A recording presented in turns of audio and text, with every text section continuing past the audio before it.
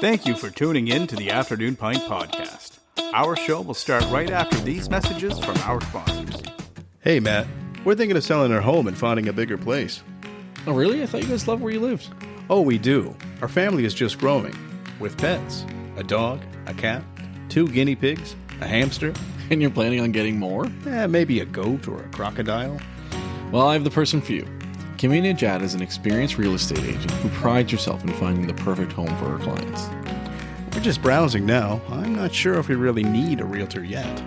Yeah, no worries. Kimmy can help you with the comparative market analysis to help you determine the value of your home if you're planning on selling, or help you determine the going rate for the neighborhood you're moving into. She can also work at your pace. Awesome. All right, I'll give her a shot. What's her phone number? On Facebook, Kimmy Najad, Exit Realty Metro. Her phone number is 902-880-8429, and her email is kimia@exitmetro.ca. 902-880-8429. Awesome. Thanks. This podcast was brought to you by Dan Lomas. That's LOMAS of lomasfinancial.ca.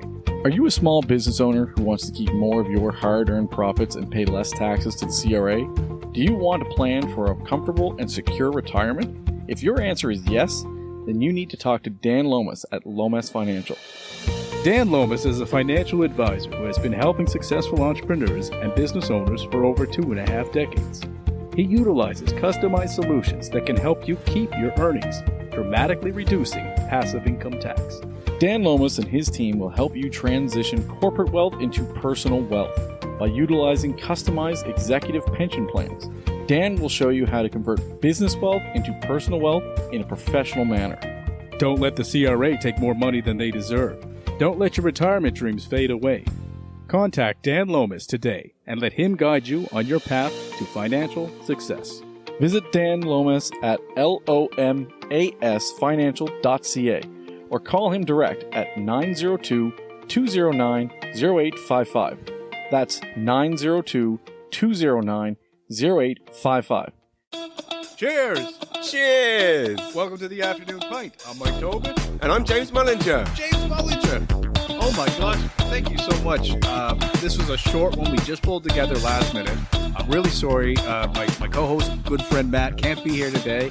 But we're at the Kahan House. We are. And hats off to you for being so well connected. Presumably, you know, when you host the Afternoon Pint podcast, you have the sway and the pull to be able to get a pub to drop everything, to squeeze us in with 12 hours notice. So, These guys were awesome. Hats off to that. Thank you so much, Kahan House. The staff here was so nice and so welcoming when I came in the door with all this gear and tried to find the quietest place in the bar to do this. So, well, I'm very excited to be here because I'm obviously a huge fan of Kahan House. You know, I've been to the one in Charlottetown. I've been to the one in St. John where I live. But even though I stay at the Sutton Place every time I'm in Halifax, which is at least a few days a month, I've actually never stepped foot in this building before. So this is my first time in Kahan House, Halifax. Okay, yeah. Well, there's this one here. There's also a great one down at the waterfront. Oh, nice. Right? I hope it's still there. If it's not, yes, we'll take this I'm out, pretty sure I've seen it. Sure it's still there. I've been there this year. But yeah, awesome spot. And they make craft beer, which just shows a little bit about. So yeah, I'm trying one of their raspberry sours right now. It's delicious. And they've left a few other ones here for us to try too, so that'll be fun to get. It looks delicious. I'm drinking the very delicious non-alcoholic Erdinger, which I have a show tonight, so it's non for me. But next time, you and I will have a pint together of the alcohol variety. But I will say hats off to all non-alcoholic beer producers for somehow creating, after decades of non-alcoholic beer being absolutely frightful. Yeah. It is remarkable how, I mean, you are a connoisseur, so you would be able to tell the difference. I honestly think that non-alcoholic beer now, if I was served a pint of it and told it was alcoholic, I would believe it. Yeah, for the most part, I agree. There's certain ones where I feel like the alcohol needs to be there to give it that full body feel. But you mentioned to me the what's the one that you said you like, the Heineken one? Oh, well, the Heineken, I happened to have that last night. But the ones that I love is La Libra, obviously, is fantastic. Yeah.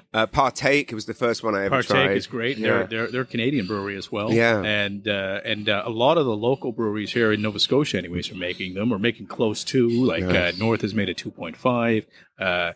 Nine Locks has made a non-alcohol beer. I love Nine Locks. I must try that. Dirty Blonde. It's really nice. Oh, nice. Yeah, the Nine Locks, the blonde ale that they had, I had on tap for the first time in that British pub in Windsor, Nova Scotia, about 2 years ago. Blew me away. One of the best pints I've ever had. Great pub. Friendly folks over there, too. A lot of great food. And but yeah, or not food, sorry, but beer. Yeah, beer. Yeah. Food's great here, though. Food. Yeah, this is delicious.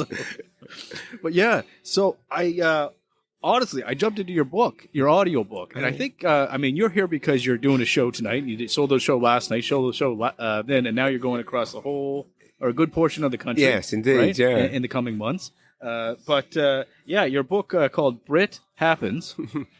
Is a great read. Oh, thank you very much. And it means a lot. a great listen story. I listened to it. And it's nice to hear your voice narrating it, Nice. which I really like, right?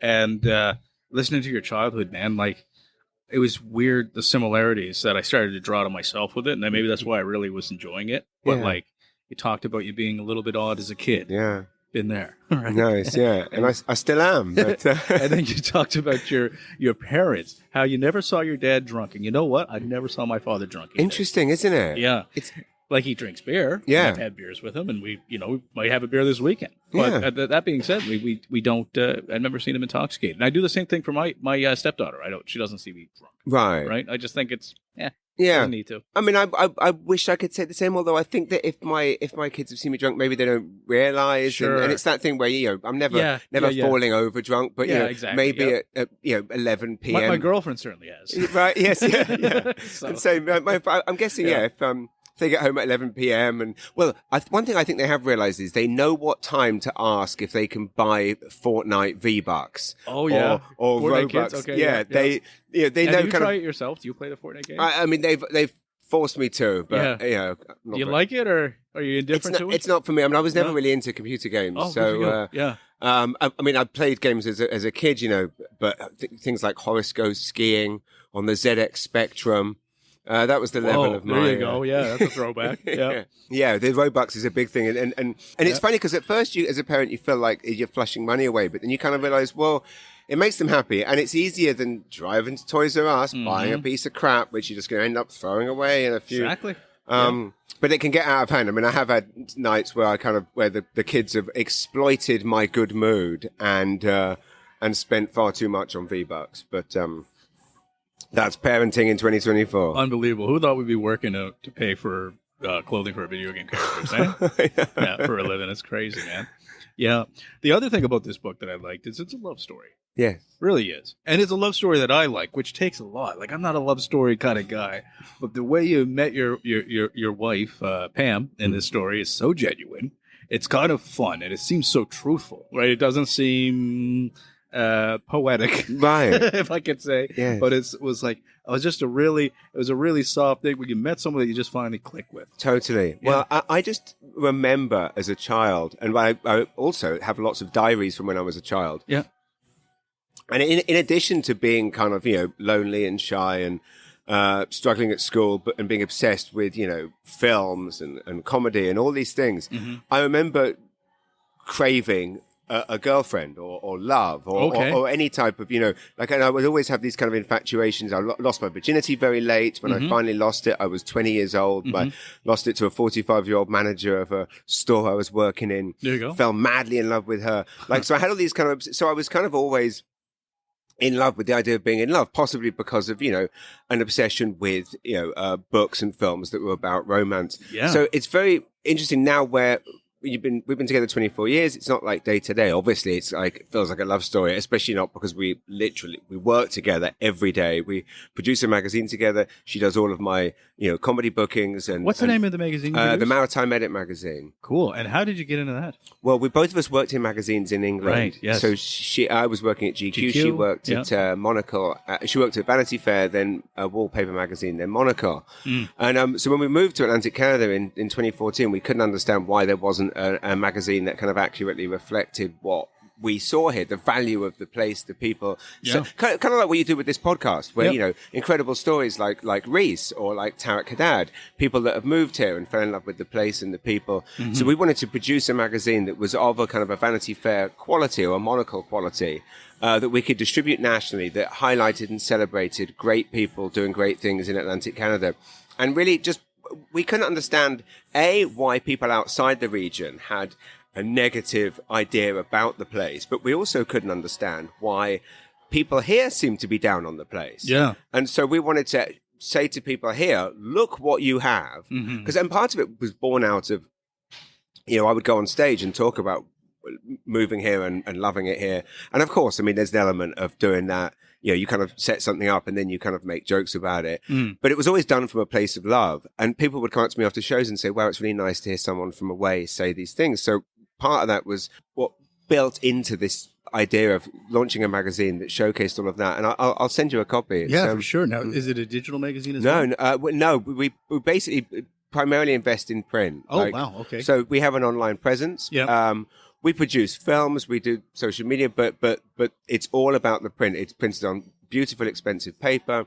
Our whole lives are digital and reading things online. Yeah. The magazine is designed to be bought, read with a glass of wine, kept on the coffee table. We're just entered our 8th year, 29 issues in, and it's one of the greatest. 8 years, 29 issues. Yeah. That's pretty impressive. So it's a quarterly. And it's tough for a magazine business. It's tough in the business, but you have companies like Atlantic News here. Right.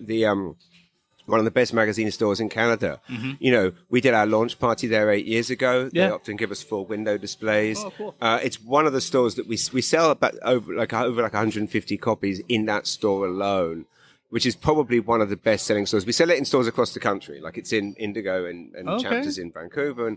But we do put content online, but it's always generally to drive people back to picking up the print and physically holding the thing in their hands and enjoying it. Yeah. Well, that's awesome. So you got that going. So we do that together. Like that's a lot, obviously. That's a lot of work. And we do that together. Plus, obviously, raising 2 kids and all this stuff. So we're in each other's pockets. So it is amazing that we don't fight more than we do. Frankly. So going back to London, like you had a pretty flourishing comedy career, right? Yeah, and, it was. And the story and the I mean, I won't give the whole story away. I want people to pick this up. You can. I mean, the audio version of it was great, and thanks for giving me a copy here. That's pleasure. really cool. You kind of realized that you guys were working really, really hard, both you and your partner, and you felt you weren't getting ahead, and you were just kind of running the treadmill. Yeah. And in London, which was a big part of your decision to come to Canada, so you could feel like you could have a little bit more room to breathe. Totally. Yeah. I mean, a huge part of it, and it was very much, I think, realizing that we had both hit. Not that we were in any ways the top of our games, but we were at the top of where we could see ourselves going. I would say you were. GQ magazine is pretty impressive. But I guess your partner pretty impressive. Yeah. But I guess, and to that point, like we had these jobs that weren't, the salaries weren't going to go up. There wasn't necessarily a next step. We were basically working to live. Yep. We worked around the clock, and on paper, the money that we were bringing in probably looks good, but then the same amount was going out on childcare. And I mean, the best example I can give is that my GQ salary covered childcare. So I'm working for free in a high stress job to pay a stranger to be with the children that I want to be with. Yeah, that's and then every night I'm going on the road to do gigs. Yeah. And again, I had friends that when I started out who made it big in British TV and arena shows, and that it's fair to say wasn't going to happen for me. Like that ship had sailed. Like what my wife said to me just over 10 years ago or 11 years ago when we were making the decision to move was she said, if we don't make a move now, in 10 years, we're still going to be sat in this garden. And by garden, I mean like concrete jungle that's the size of this table that we're sat at. Right. Nothing's going to change. Now, bearing in mind, this is also pre-Brexit, pre-pandemic. Yes. So a lot of stuff happened after that. Yeah. Still. So, I mean, we actually couldn't, my life has never worked. Things haven't always worked out for me in life, but in terms of making a move when we did, we thought best case scenario, we would be treading water and staying in the same position. The reality is, I mean, I think it could have been a lot worse. We could have lost everything had we stayed. So I think the best way I can describe it is it was the first time in my life that I'd made a decision that wasn't ego-driven or career-driven or like profession-driven. It was simply what's the best thing for my family. And when we moved to the mountains, obviously everyone said to us, oh, well, you're not going to be able to continue working in magazines and you're not going to be able to carry on doing stand-up comedy. Yeah. Forget that. That's how much we wanted to live here. I was willing to. Crazy. I came here thinking I was going to give it all up. Right. So, and St. John, New Brunswick, which is not I mean, no offense to St. John, No, New Brunswick, but, it's yeah. a lovely place, but it's not a lot of places people throw a dart at. Right? No. Like, you know, it's just no, saying, absolutely. That's where I'm going to go. Well, and my wife is from there, so Yes. so it wasn't so much so there was a history dart, there, yeah. but I mean, when I would tell Canadian comedians in London that we were moving to Canada, full Yeah. stop, they would go, "The comedy industry's dead. That's why we're all here." And that's when they thought I was going to Toronto, Montreal, or Vancouver. When I said Right. New Brunswick, but I find that a weird outlook because it's like if something doesn't exist in a place, then you can carve your own path. Like there's no Yeah. there's no well-worn path saying, if you go to Montreal or London to be a comedian, everyone goes, right, here's the trajectory. You must do Just for Laughs. Then you must do this TV show. Then you Right. must do this. Not just for laughs anymore.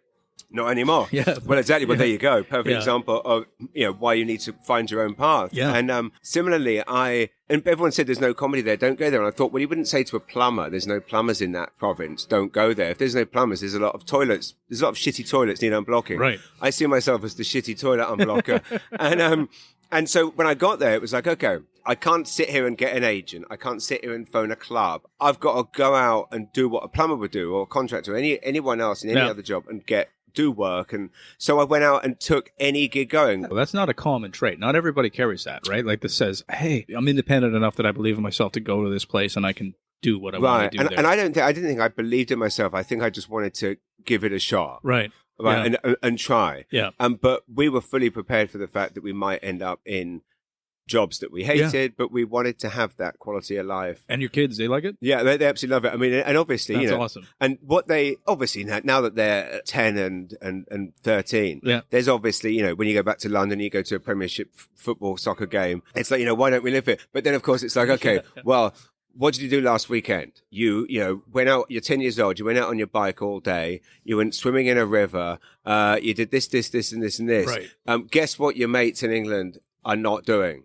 All Any those of those things. things, Yeah, right? they can't do any of those things. They can't Yeah. go off on their own. They have no independence. So when you break it down, and then of course, after a week or so there of the busyness, they're like, get me the hell out of here. Mm-hmm.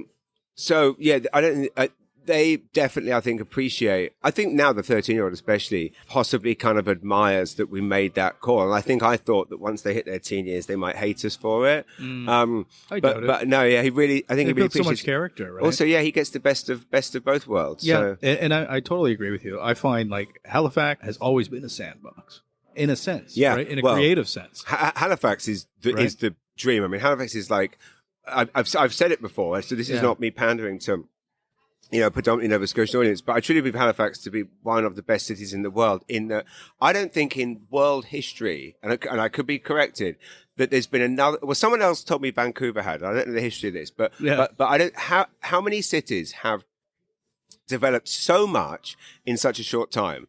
And then, and when people ask what I mean, I always say, well, put it this way: I've been coming to Halifax now for Look where we're sitting, man. Like in the convention center. Yes, It's crazy. This is a perfect example. Right? Yeah. So 10 years ago, when I was coming to Halifax to do shows at the old Yuck Yucks at the West Inn, if you asked me to make a list now of my 20 favourite things to do in Halifax, 19 out of 20 probably weren't here just 5 years ago. Yeah. Right? Sure. Like Sutton Place, Muir, this place, Queen's Mark, Peace by Chocolate, and it's just, I mean, to have that much, Right. all of this development, and so to have this city where people can work in, film, podcasting, entertainment, to have when I stay here and when I do shows at the Neptune Theatre, I can't believe it's a 30-second walk. When I play Yuck Yucks, I can't believe it's a 30-second Yeah, walk. for sure. Yeah. I think I'm allowed to say this now, and I'm coming back here next month to shoot a sitcom that's being filmed in the Yuck Yucks Comedy Club. Amazing. Again, so I mean, Yeah. the 2-minute walk, like,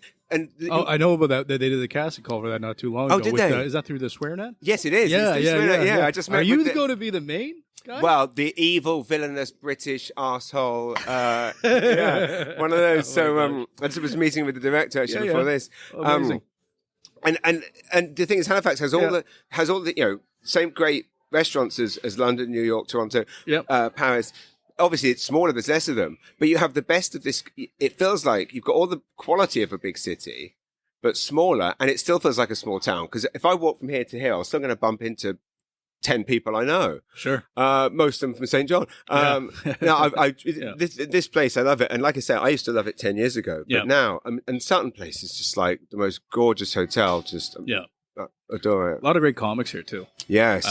People in Halifax is a very small group, but they're actually starting to get quite strong. Yeah. Right? No, and we've seen this before, right? I just, the hardest thing with comedy is keeping them, fed. Well, and in some cases, people there's really great comedians from here. People like Peter Anthony, who moved away, were in Toronto for a long time and came back possibly, I think, during COVID, and are now kind of thriving here with getting work on 22 Minutes. And of course, thanks to things like the convention center and Halifax having the infrastructure to do these huge conferences. Mm-hmm. I mean, I must do 12 or more corporate gigs at the convention center a year, often global organizations. And last year they were in Frankfurt, next year they're in Vegas, but this year they're in Halifax. That's thanks to this being here, because now Halifax is set up for it. Mm-hmm. So similarly, there's like dozens of those events happening every week, which means all these amazing local comedians, people like Dan Hendrick and Travis Lindsay. Yeah, we got Jimmy Carr coming here. We bought nice tickets for him last night. Jimmy Carr and what's his name there? Oh my gosh, Jim Jeffries. Thank you so much, Jim Jeffries. Both are great comedians. World class. So all these great comedians that are here, they're all getting to have all these opportunities, which I think possibly also means that because there's less comics, but there's higher contingent of talent. I suspect that the corporate fees are higher on the East Coast than they would be in Toronto, where there's always another comic willing to do it for less. Right. Yeah. I don't know that for sure, but it's good. Yeah. Good thought. Up to a certain level, like at the kind of the bottom of where I'm at, I don't think so. When you're talking the Mark Critches and the Steve Pattersons and the Rick Mercers, that's a different ballgame. Sure. But when you're talking about a kind of people like us that aren't household names, I feel like anyway. So I feel like Halifax has got that. It's a special time for comedians here now. Yeah, as a comedian, what do your kids think? Do they think you're funny? No, they don't think I'm funny. They. If anything, the running joke at home is that I can't take a joke. They're like, your whole life is jokes and you can't take a joke. And that's one of the things they always say. My wife always says I have no sense of humor. Oh my God. I've fallen into once or twice the trap of saying stuff on stage about the kids that I possibly shouldn't have. Things that, because stuff now lives online and you say stuff when they're young and then years later, and there's that. But equally, like my oldest son, who's 13, he comes on the road with me. He sells my merch and stuff. Oh, cool. And so we have a lot of fun doing that. And the other week he came up with this idea. I have a joke about joking about people giving directions here and how they say it's where Zella's used to be. I heard that joke. Yeah. Right. Yeah. And what was a kid?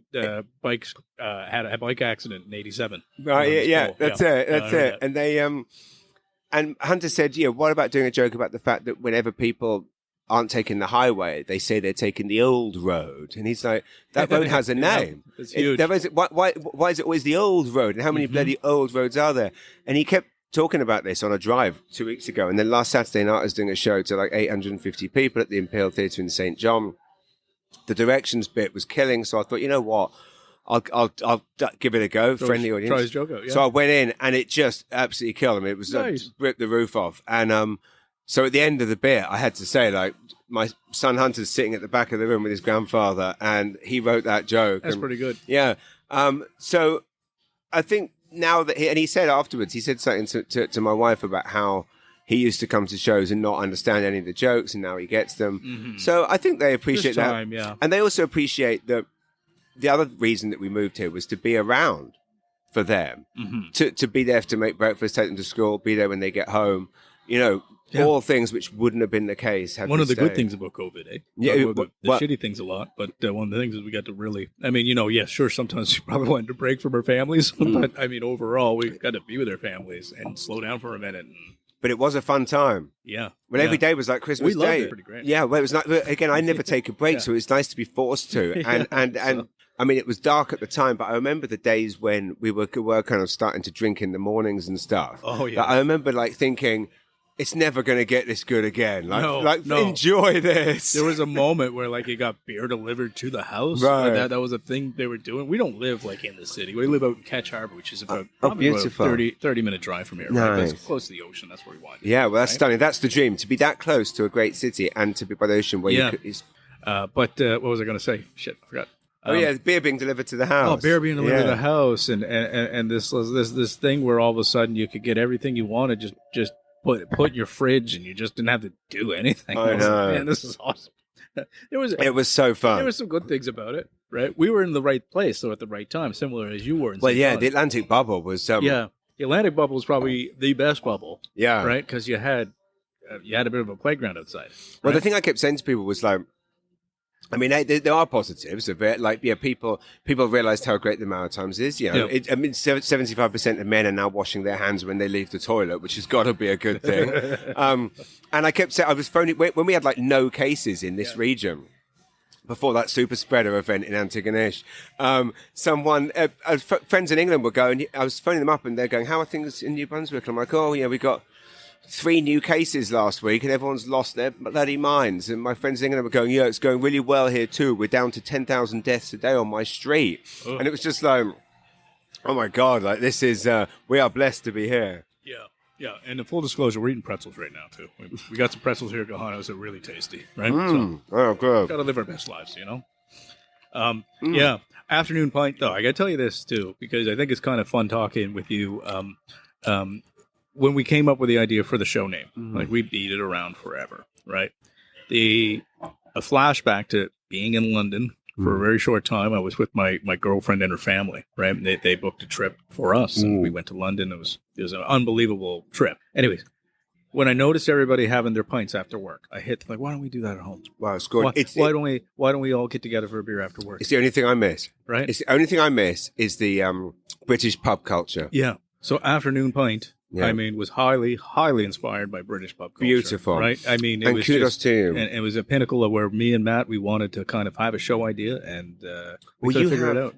I mean, it's a brilliant concept. And I said to you the second you reached out, I said, like, you know, what an amazing concept. Love it. And I love that kind of people spilling out of the office, going straight to the pub, standing outside. It's exactly what we do. We leave work. We usually like if you see us in the pictures, and we're usually dressed up. This is a Saturday. Yeah. It's a little different, but we're usually dressed up, right? We usually go right from the office you see people to record a podcast. Standing in suits, and I like but the thing that we haven't nailed and the British pub has just opened in New Brunswick's first British pub in Dorchester called the Thirsty Whippet. Okay.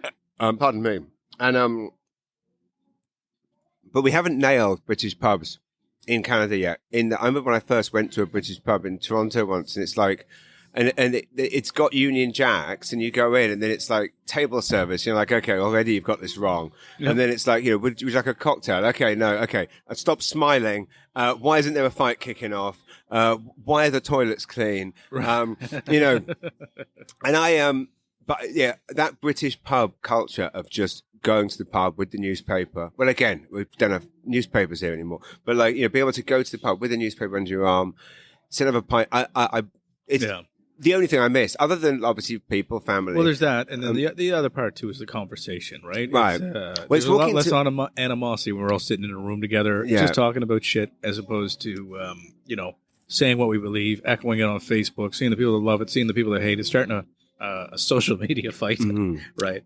A lot harder to fight in person. I mean, it is and it isn't, right? You get to a scrap in person, but it's personal, right? Highly personal, right? It's not the same as all the stuff we see today on social media, right? So hopefully, you know. Yeah, now that British pub thing of like, essentially, I guess the difference is in Canada, especially in the Maritimes, you do have communities, and there is a sense of community, whereas in the UK, those communities are formed in pubs. Right. Your community is, because it's so overpopulated, your community is the people that go to your local pub. Yeah. And really, when you move to a new town, it's like, okay, what's our local pub? Right.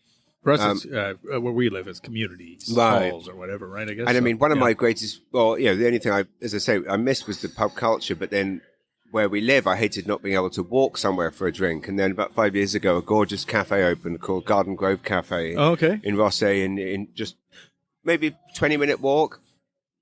So we can go out. It's a 5-minute bike ride, 20-minute walk. Nice. Beer, wine, of course. You know, you can go there for breakfast and lunch as well. But that's been a godsend. That basically ticks the final box that I need needed to be ticked. Oh, perfect. Yeah. So you got a show tonight at Yuck Yucks, and then you're doing Miramichi. You're going right across the country after, right? Yeah. So how are these shows going? Like, how are these? How are the audiences? Great. I mean, the wonderful thing now is, for the most part, I do a lot of corporate gigs, which are different, and they're also fun for different reasons. But the fun thing with touring now, like 20 years in and 10 years into doing it here, is that for the most part, the audiences are coming to see you. So they already know. You're not having to win them over. Not that there's anything wrong with having to do that, and I do enjoy that challenge often. It's often why I'll go to a town and just play at the club where people aren't there to see you. They're just there. They're there for Joker's Comedy Club, and whoever's on is on, and then you've got to win them over. And I do gigs like that to stay sharp. But equally, it's really nice walking on stage at Yuck Yucks or at the Neptune or wherever else, and it's anything between 300 or 1,000 people that all know what you're there to do, so you can go out and really feel quite free and experiment because you all share the same sense of humor. Perfect. Sorry, we were both drinking then, in case you both wondering where we were. I had a bit of pretzel there, guys. So. Yeah, and I was finishing off my my glass of Erdinger, which again, like I say, such a delicious non-alcoholic beer. Yeah, for sure. Yeah. No, Gahan House is pretty awesome too. These beers are all going in. Oh, allow me to pass you. I only have one more, but then I'm pretty much on my limit. So beautiful. So, I count very very conscious of how much I drink. Yeah. Very sensible. Yeah, one needs to. Yeah. For now, anyways, I'll be a little easier when I get home. Yes, exactly. Yeah. Same for me tomorrow night. Like, I don't drink before shows. I don't drink after shows. But then tomorrow morning, I'll get up. I'll take the 6-hour bus ride back to St. John. Okay. And then when I get home, I'll have a glass of wine with the wife and kids. Yeah. Oh, so you take the bus here? This time I did. Yeah. But I often drive, but I had a million deadlines, and I've been gigging most nights. Well, you can work on the bus still. Yeah, I literally work the whole way. So you can work and sleep. So it's that thing where I arrived on Thursday. Also, Friday morning, I had a global interview at 6 a.m. Yeah. And then I saw a clip. I saw a clip of the CTV one. Oh, right. Yeah. Nice. Yeah. I did global at 6 a.m. Then I did a podcast in the afternoon, a couple of other meetings, CTV at 6, then the Yuck Yuck show last night. So I thought I need to be rested. So I thought, come on the bus, get the work done, arrive. Yeah. It's funny. A lot of people, it's funny because in England, public transport is just what everyone does. Mm-hmm. But it's so funny how here there's this odd kind of, snobbery about the bus almost. Like everyone I tell the bus, they're like, the bus? Oh, yeah. And it's like, you don't hear about it a lot. Right. And the other thing is, of course, because the systems here aren't great. Right. Well, that's true. Like our infrastructure here, there's no bus that can reach where I live. Right. When it's completely have to drive for 15 minutes to get to a bus stop. Right. Which is a problem. Right. Oh, it's completely unreliable. I agree. Yeah. But I guess it's the same thing. It's all about cause and, but even when I lived in the city here in Halifax, like, you could get on the bus. You could watch Lord of the Rings movie at a Sackville, right? Like it would take so long to get anywhere, right? It would just be very highly inconvenient. So you almost needed to have your own. Yeah, it's all about what they. It's the same in England with like snow removal. Like they have the infrastructure they need, which is that there's very rarely snow. So when there is, they're completely fucked because they've got one snowplow in the whole country. Just shut down the city. Yeah, you just shut everything down. Whereas obviously here you couldn't do that, so they have all the stuff in place. So they decide where to spend the money for what makes most sense. Yeah. So what's next for you? Well, so hopefully, if all goes to plan, filming this sitcom about comedians. About comedians. I know a bit of. But yeah, so I'm writing a second book right now about I was diagnosed with ADHD last year. Oh, really? And it's kind of about that and about how, what it's like looking back on your life and realizing that a lot of the challenges that you've had have been based on that. But then also, what are the things that has contributed to the success of? Now, do you take medication for it, or you just try to focus it? Or? I wasn't going to. And then I did, and then I did. Now I've come off it. I didn't like it. Okay. Yeah, I didn't like the medication. Yeah. What didn't you like about it? Just curious. Well, I tell you what. I mean, it helped me mentally. It didn't help me creatively, or like a lot of people take it because it makes them productive. Whereas it was I am completely insane, and like I'm running around doing 50 things. I wake up at 5 a.m. and I start a dozen emails, and I start into the dishwasher, and I do all that stuff. But I've learned over the last few decades to get everything done. It's a mess and it's a jumble to get there, but I get them done, and as a result, I get a lot done. Whereas, yes, when I took the medication, I could sit and focus on one thing, but I was finding I was getting less done. And the other thing that I haven't ever dared try, interestingly, was ever try being on medication to go on stage, because my whole act is so frenetic and so all over the place. Oh, wow. Yeah, probably change that a little. Yeah, and like a lot of it is, I'll start a subject, so I'll go off on a tangent, but I'll always come back to it. And like in my head, I can picture all of the strands as I'm doing it, even if I haven't planned it that way. But what I've started to do is incorporate talking about ADHD into the act, and I even go so far as like last night I read out my school reports, which brings the house down. Like, it's such a good, yeah.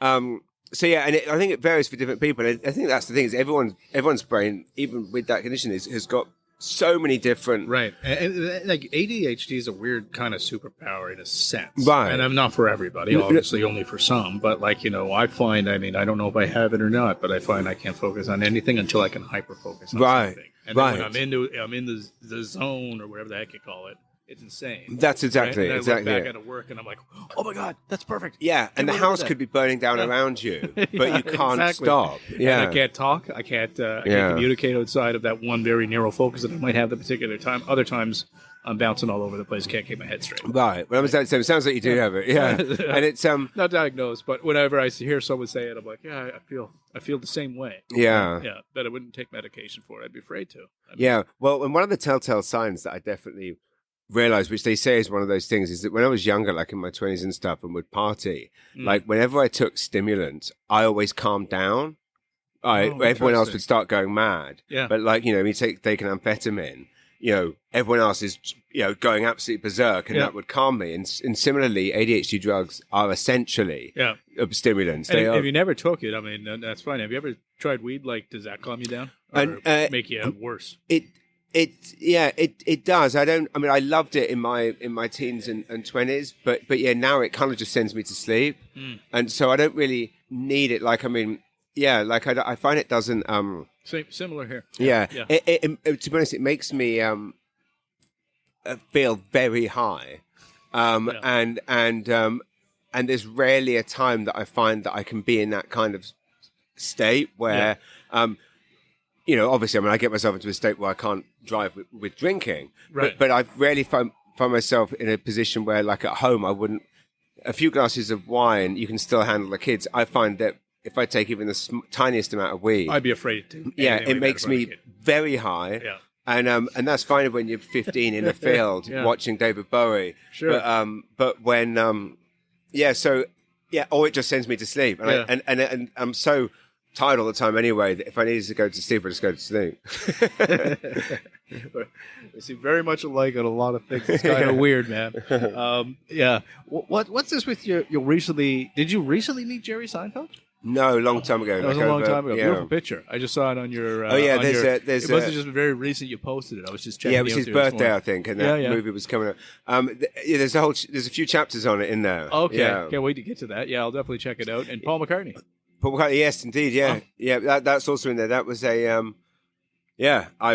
Jerry Seinfeld. In some ways, Jimmy Carr gave you advice. I did read that. Yes, right? yeah, like about just when in comedy, just to keep going. I'm still in touch with him. I'm not still in touch with Seinfeld. So Seinfeld, I met a few times. He kind of, in some way, weirdly inspired us to move to St. John. In the how I asked him for a piece of advice. This was in summer of 2013. It's slightly tenuous link, but it works in keynote speeches. But basically, it was. I asked him why he quit the sitcom Seinfeld when he did. Like I said, the network wanted more, the fans wanted more. Right. You clearly hadn't run out of ideas. You and Larry David were bursting with ideas. You were being offered more money than God to do one more season, so why not do it? And he said, "That's simple, James." He said, that's because it's what everybody expected me to do. And he said, there's a good life lesson. He said, make a list of all the things that everybody expects you to do and do the opposite. So 6 months later, I was on a flight to St. John, New Brunswick to That's continue a comedy career. Yeah. But I remember thinking, what does everyone expect me to do? They expect me to keep pounding the pavement. They expect me to stay here. Everyone looks at, people look at what I do and they go, okay, so he lives in London. He's got this fun job. He's got a TV show. He's on tour. What's he going to do? He's going to keep doing the same thing. And it's like, what's the opposite of this? The opposite to this is potentially give it all up and fly to St. John to just be a present. Try again. And that's what it was. So yeah, it was, so I made a decision for the right reasons, and then things worked out. Yeah. So that was, and then Paul McCartney, you'll get to it in the book, but I thrust my crotch in his face inadvertently at his daughter's wedding. Is the short version of the story. All right, so tune in. The book is on Audible. Yeah. It's on Audible. It's on Amazon. Great for a drive, a morning drive to work. I believe they have signed copies at Atlantic News here in Halifax. Oh, cool. Coles, Indigo. Okay. Jerry Seinfeld, I'll tell you, man, like interviews. So I've like, as much as you want to do comedy, I think I always loved the interview. I always loved Larry King, which is weird, right? Larry King, right? I just loved his whole energy. And Judd Apatow, who director, yes, loved him. Loved him. Okay, so he wrote a book. Okay. Yes. Little I knew about him until my brother actually bought me this book. And he was into interviewing people before anything else. Yes, as a kid, he's got those tape recordings, doesn't he? Yeah. So his first interview is with friggin' Jerry Seinfeld. Right. And it is the craziest interview to read because it's in, I don't know, the 88 or maybe early 90s. I don't know exactly when. But he's talking to Jerry before Jerry is Jerry Seinfeld. And Jerry tells Judd Apatow absolutely everything he's going to do. Right. He friggin' does it. Right. And it's like, what a crazy thing. He's a 16-year-old kid, and Jerry Seinfeld is just starting in L.A. as a comic. Right. Well, maybe it was L.A.? I think it was L.A. Maybe it was New York. I can't remember, sorry. But craziest first. A lot of great interviews in that book besides that one. But, man, what a fantastic, like way just to know what you're going to do and actually do it. Yeah. It's insane. Right? Yeah. I'm afraid to state what I'm going to do next. Yeah, well, I guess it's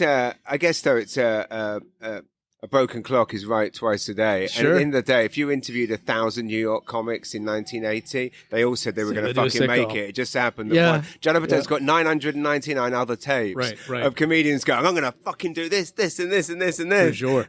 Comedians are like bullfighters. Like, you can't have a timid bullfighter. He's like, we all think we're the best and the funniest. Now, I mean, I don't know if that's necessarily true. Like, I don't, but at the same time, I guess at his level, there's like the levels of comedy where you can kind of do the beta level of funny comedy, right? Yeah, which totally works. But essentially, you need to have the ridiculous self-belief that you are walking up on a stage, whether it's in front of 10 or 100 or 1,000 or 10,000 people, and saying, I'm the funniest person in this room. Yeah. That's insane. Exactly. That is mental illness, actually. It's close. That's basically what we're saying. And which is why I kind of take the job so seriously, down to like, at this age, protecting my voice, vocal exercising, not drinking the night before shows, all these things, because it's like, holy shit.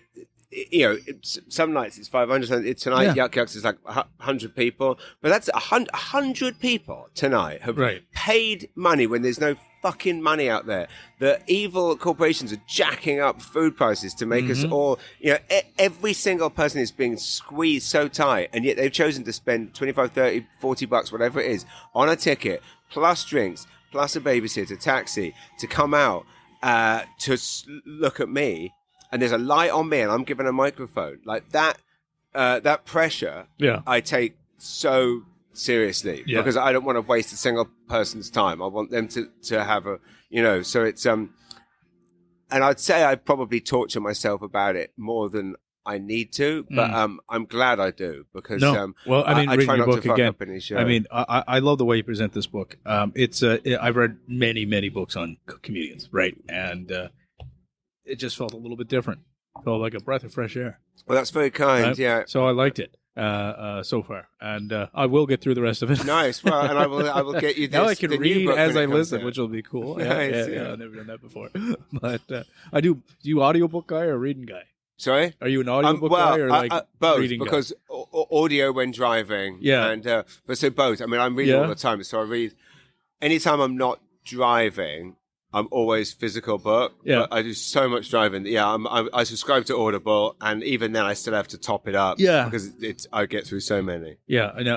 I killed Audible. I'm not so great at reading. Yeah, I like it when a friend of mine played me. Said he was listening to my book before the audiobook came out, and I'm like, what do you mean? And he goes, well, there's an AI. You pick a voice. Yeah. So and it's this British voice reading it, and it was just Have hilarious. like Kermit the Frog read it. Yeah, it's literally like, and then I decided I wanted to be a comedian. It was just like the most disjointed. But that was weird going in. The producer that did the audio is a guy called Paul Milner, who And where's he from? well, so he's from England originally, from Yorkshire. Set up an awesome, well-known recording studio on PEI where Keith Richards recorded an album. He's worked with Stevie Wonder, even worked with like Lennon back in the day. This guy's a legend. And then he moved to St. John, set up this big, gorgeous recording studio because he's such a legend in the industry that it was like, they'll come to me. As is the case, obviously, with recording studios. And geography doesn't seem to be a... Anyway, he had an opening, kindly squeezed me in. So it was amazing being in this studio using mics that like Keith Richards has used and stuff. Yeah. But yeah, it was a oddly cathartic and, strange experience reading your own words. Like You know who else has a home close to you? I think Ravine. Is that? Oh yes, I know him. Yeah, You know Ravine? yeah. Ravine, He was on the show. well, his son. The first season. Yeah, the son. Yeah. Son of Ravine, right? Yes, that's right. Yeah, Nice fellow. very nice fellow. Yeah, I had Yeah. a picture of him. It popped up on my phone actually because he came to my show at the Imperial Theatre last year, and I have a joke about. The publisher told me to keep the chapters nice and short so it could be a toilet book, and I had this whole routine about what it's like to write a book that is basically designed for people to read while shitting, and so Ravine sent me a picture of him on the toilet reading Oh my my God. book. You should definitely get him on your show. Has he been on your podcast yet? No, well, I don't really have guests. Like it's just me rambling. But Oh, yeah, yeah, it's yeah. just me rambling. But Yeah. Maybe get both of you guys on here. yeah, someday. no, That'd he's be a fun. great guy. Fun, yeah. He had some wicked stories. Man. Yeah. If you get a chance to listen to that one, he talked to. Oh yeah, like, I will do. He made like the pyrotechnics for ZZ Top. That's right. He I runs all forgot. these crazy side projects and businesses. Oh, that he's you'd a never total know, legend. That right? guy. Yeah. Unbelievable to talk to. Yeah. Right? Yeah. And so have you been. So, But I think we've done pretty good. So really good. Time flies when you're having fun. yeah, man, this has been awesome. So Yeah. I gotta say, if you get a chance to see James Mullinger, Canada, is it Canada-wide tour? Or is it? Yeah, it mostly is. Yeah, just in but yeah, I'm going Canada? out to BC. I've actually the furthest right now is the Okanagan Valley, BC, but I am currently booking some shows on Vancouver Island. So yeah, hoping to hit up everywhere. Awesome, man. Well, I hope a lot of people get out to see you, and I hope you come back here again. My partner and I will see you next time. Thank you, brother. I Definitely cannot will. wait. And next time we'll 100%. have an alcoholic beer next time. That sounds perfect. Beautiful. One more cheers. Cheers. Thank you Lovely to so meet you. much. Cheers.